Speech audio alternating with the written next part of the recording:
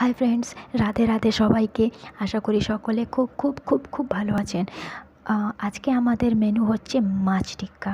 সকলে তো মাংসের টিক্কা খেয়েছো, পনির টিক্কা খেয়েছো, সবজি দিয়ে টিক্কা খেয়েছো, তাই ভাবলাম একবার ট্রাই করে দেখি যে মাছের টিক্কা কেমন লাগে। তার জন্যে মাছটাকে ভালো করে কেটে আঁশ টাশ ছাড়িয়ে ভালো করে কেটে ধুয়ে নেব। এবার মাছের গায়ে মশলাটা যাতে খুব সুন্দর করে লাগে তার জন্যে মাছটাকে হালকা হাতে একটু করে চেরা লাগিয়ে নেব।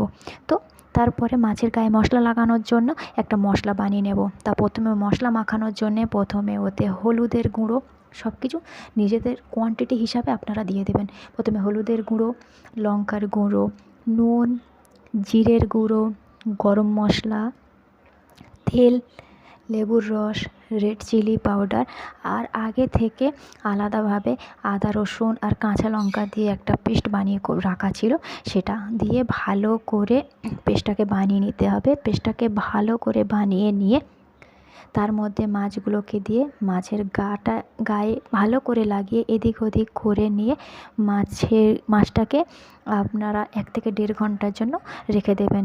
সেটা আপনারা নর্মালেও রাখতে পারেন আর ভালো করে ফ্রিজের মধ্যেও রাখতে পারেন। আর হ্যাঁ, সকলে জানিও কিন্তু যে তোমাদের জিনিসটা ট্রাই করার পরে কেমন লাগলো। আশা করি সকল আর ভালো লাগবে। আরও সুন্দর সুন্দর মজাদার ভালো ভিডিও পেতে আমাদের চ্যানেলটাকে লাইক, কমেন্ট অ্যান্ড সাবস্ক্রাইব করবেন। আপনাদের একটা লাইকই আমাদের প্রেরণা দেয় আগের ভিডিও বানানোর জন্যে। তাহলে অবশ্যই সকলে লাইক, কমেন্ট অ্যান্ড সাবস্ক্রাইব করো কিন্তু।